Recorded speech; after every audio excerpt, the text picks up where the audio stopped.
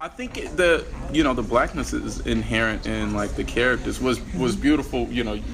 Growing up, you around all these really rich people, like rich in character, the opposite in finances, but really, like these people who are really passionate about things, and just growing up around, I've seen people cry over losing a cigarette, type of like passion and like real, like just real, like really emotional, and I think that is kind of inherent in the characters, and so with subjects or anything that we talk about, I just approach it as just from a state of observing, curiosity, challenging. I like to challenge and stand up and in scripts, and so I think that those are the conversations that I had in the black community, just that you don't get to see a lot of times on television. A lot of times you see one dimension of us, but I like to show that it's a full range of disagreeing, and it's not always a perspective that you would guess. You can't just guess, a black perspective. I think it can come from anywhere. And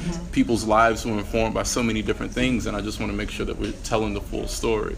Of the show, how do you choose which topics you will address? Because I know one thing that I love is that the show is very timely. When Bill Cosby was dropping the pills, so y'all hitting out on that, and then I want to go to that show. And then we beat most district attorneys to talking about it.